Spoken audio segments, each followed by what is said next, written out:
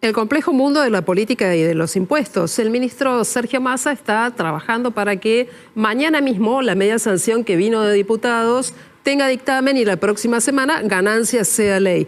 Pero hay toda una serie de medidas, una batería de medidas económicas que van a tener un correlato, un costo fiscal que es importante. Y nosotros tenemos muchas preguntas de verdad, así es que te lo vamos a contar clarito para que vos comprendas, para que podamos tener como siempre este ida y vuelta que nos permita hablar de economía, de finanzas y de impuestos, pero con mucha claridad. Por eso esta noche le agradezco especialmente al contador y tributarista Marcelo Rodríguez que nos acompañe y que nos ayuda a entender esta que es una cuestión simple en principio.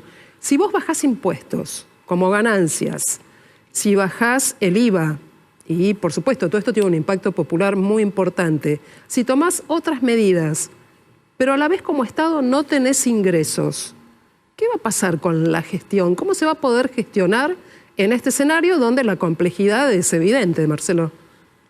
Silvina, gracias por la invitación. Es la inquietud que tenemos todos, los que asesoramos empresas, los que manejan empresas, que estamos del otro lado del mostrador y vemos cómo el Estado ha tomado a su cargo muchos gastos en ese rol, no tan solo de proveer de bienes y servicios a la población, sino también teniendo un rol activo manejando empresas y demás. Y eso genera gastos y el Estado no tiene demasiadas alternativas de financiamiento. O se endeuda con el exterior, toma deuda interna, emite moneda o aumenta los impuestos. En este escenario, donde el incremento de gastos pareciera ser que, atento a la baja de impuestos, se va a seguir financiando con emisión monetaria, lo que vemos con mucha preocupación es que vamos directo a pegarnos una piña, si me permitís, contra el iceberg. O sea, se nos viene encima el iceberg y no vemos que nadie reaccione. Son medidas... El iceberg en este caso es una inflación muy alta. Yo entiendo que se viene una hipótesis de hiperinflación importante. Las proyecciones de inflación para el año que ya está mostrando el mismo Estado, el Banco Central, por ejemplo, llegan a casi 200%. Vos sabés que el índice mayorista del mes de agosto, que se fue acercado al 20%. Con lo cual vos cuando proyectás, evidentemente, llegás a guarismos muy alarmantes. Estas bajas de impuestos que son bienvenidas por la población, es decir, cualquier asalariado que hoy está pagando alrededor de 600.000 pesos con una remuneración de 2 millones de pesos, está feliz con esta medida. Claro. Pero obviamente hay que ver el efecto colateral. El impuesto a las ganancias es un impuesto que como concepción alcanza o debiera alcanzar adecuadamente la capacidad contributiva y es un impuesto muy importante para cualquier sistema tributario. Esta decisión que toma el Congreso Nacional, instado por el Poder Ejecutivo, es muy riesgosa porque estamos entregando casi un punto del PBI en recaudación. Que es algo que se había, por otro lado, negociado con el Fondo Monetario Internacional para el año que viene, tener un déficit de 0,9, pero hay una cuestión que me preocupa, y entre tantas, que tiene que ver con el hecho de que si el Estado, en este caso el gobierno, en realidad, va a recaudar más como consecuencia de la inflación, o peor aún, tal vez de una hiper, ¿qué va a pasar con los sectores más postergados, los indigentes y los pobres, que los fondos que tienen se dedican sí o sí al consumo y además a los consumos básicos, ¿verdad? Yo creo que nos está previendo macroeconómicamente el tema. Es decir, vos le ponés más plata en el bolsillo a un individuo que en general no destina a consumo el 100% de lo que percibe, lo destina a ahorro o a compra de dólares, con lo cual tenés una hipótesis compleja. Y si vas a una hipótesis de que va a consumir, hay una restricción de oferta, porque las empresas tal vez no puedan producir adecuadamente por falta de importaciones, con lo cual tenés un conflicto de incremento de precios. Y está favoreciendo, en buena hora, a sujetos que tienen un mediano o alto poder adquisitivo, en desmedro del impacto inflacionario que van a terminar pagando los que menos tienen y los que aplican el 100% de su ingreso a consumo. Marcelo, ¿qué chances ves de que a partir del año que viene, con la nueva composición del Congreso, se apruebe una ley que se llame con otro nombre, que no se llame impuesto a las ganancias, pero que justamente grave lo mismo, el ingreso de personas físicas?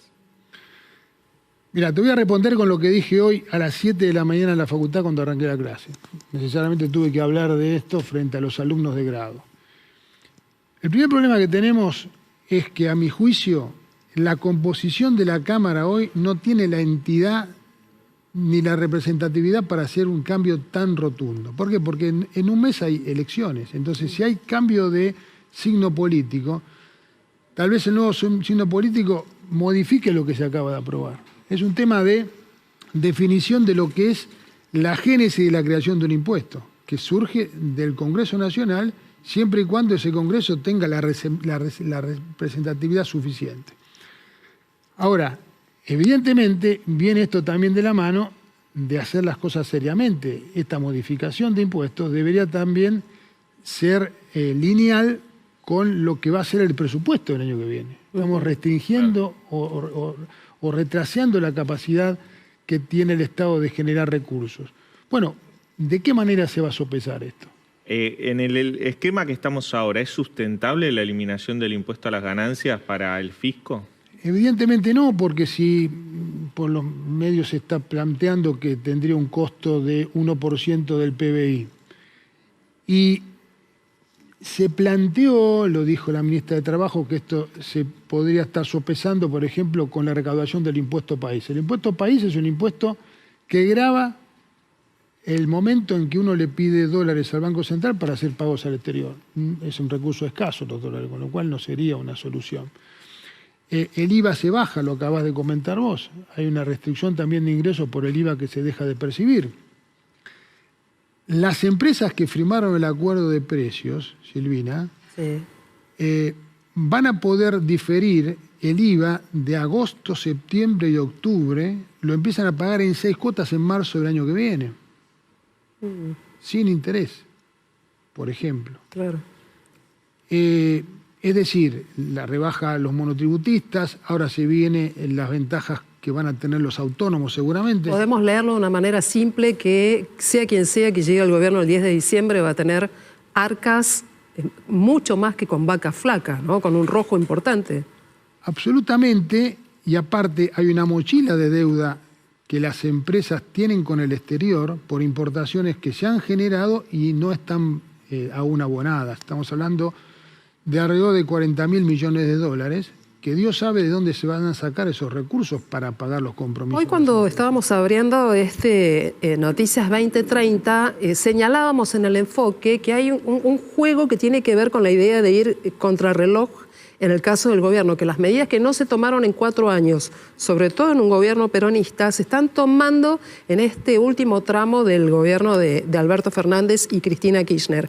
Y parece que fuera una carrera contra sí mismos, ¿no? El hecho de tratar de llegar, sobre todo plasmándolas no con decretos, sino con leyes, instalándolas para una próxima gestión, que ya veremos, ¿no? Qué signo político tengan, que la necesidad política está apretando la realidad de una caja, ¿no?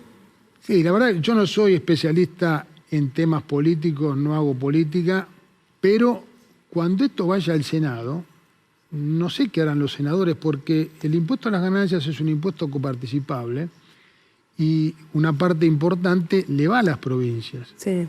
Entonces, ya algún gobernador planteó la hipótesis de que se coparticipe en algún otro impuesto, por ejemplo, el impuesto al cheque. Bueno, pero si seguimos insistiendo en gravar manifestaciones indirectas de capacidad contributiva, como son los impuestos indirectos, IVA, ingresos brutos, internos y demás, y no gravar o reducir manifestaciones directas como es ganancias y bienes personales, una alternativa que se planteó es gravar, por ejemplo, los inmuebles rurales que tienen los residentes argentinos en el exterior. Sí. Pero bueno, eso es más de lo mismo, es decir, incrementar bienes personales que ya tiene una tasa muy elevada del 2,25. Hoy no hay votos para eso. Y no tenemos voto para eso, nada. Esta noche, por ejemplo, en el Senado, en lo que nosotros decimos siempre el poroteo previo para ver si hay quórum y cómo están los votos, Sí. los senadores de Juntos por el Cambio, Naidenov, el jefe de la bancada del radicalismo en Juntos por el Cambio, anticipó votos negativos.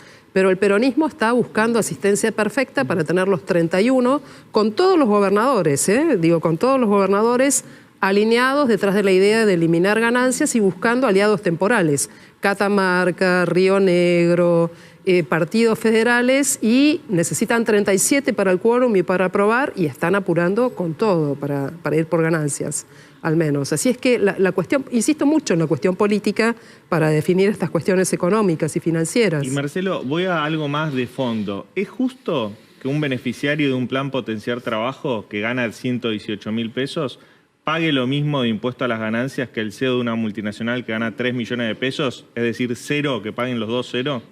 Evidentemente no. Evidentemente no.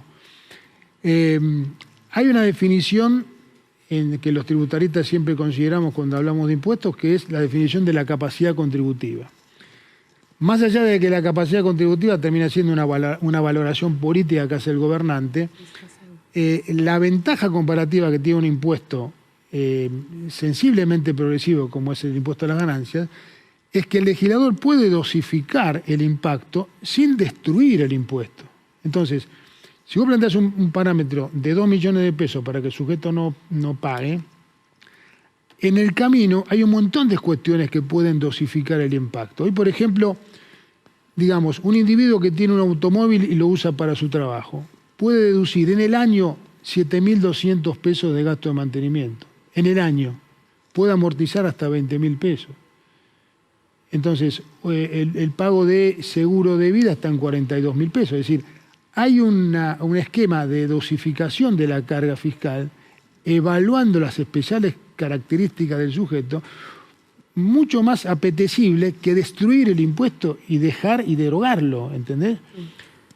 Obviamente que el impuesto a las ganancias tiene esa ventaja. El que no tiene esa ventaja es el impuesto a valor agregado. Un individuo... Marcelo, quería hacerte una última pregunta, perdón que te interrumpo con esto, y poniendo el foco, ¿sí? La síntesis. ¿Vos estás dentro de los que consideran que la dolarización es posible y puede armonizar la economía en la Argentina, o estás como muchos referentes del Círculo Rojo con la idea de que la dolarización no debe ser aplicada y que hay que buscar estabilizar y sanear la economía con el peso o con una nueva moneda?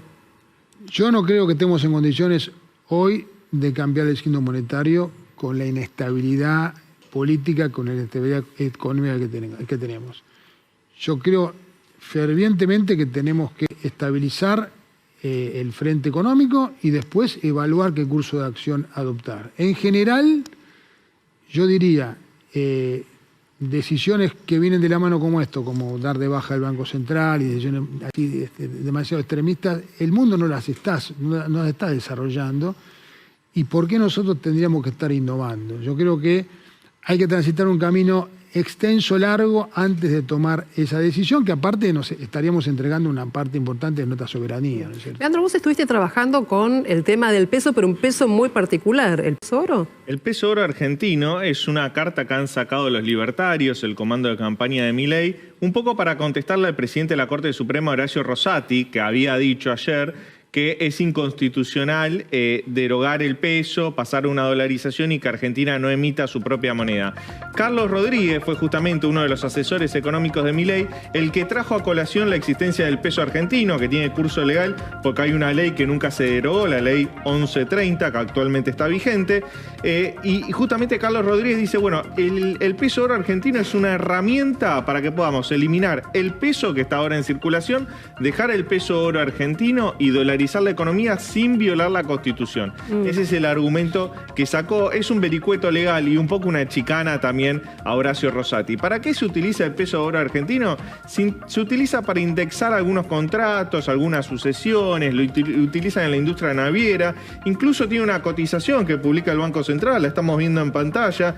En el tercer trimestre de este año la cotización del peso oro argentino es de 114.535 pesos. Es decir, esta es la cara carta, el as bajo la manga que sacan los libertarios para contestarle a Rosati y un poco para chicanearlo también a Rosati, ¿no? Que había dicho que es inconstitucional dolarizar la economía argentina. Bueno, nos vamos a preparar para un verano muy intenso, porque primero las elecciones de octubre, luego veremos si tenemos balotaje, la gestión de este escenario económico y todas las opciones están abiertas a partir del 10 de diciembre. Te agradecemos mucho, Marcelo Rodríguez, contador y tributarista, que nos hayas ayudado a pensar y a conversar sobre este tema. Muchas gracias por la invitación.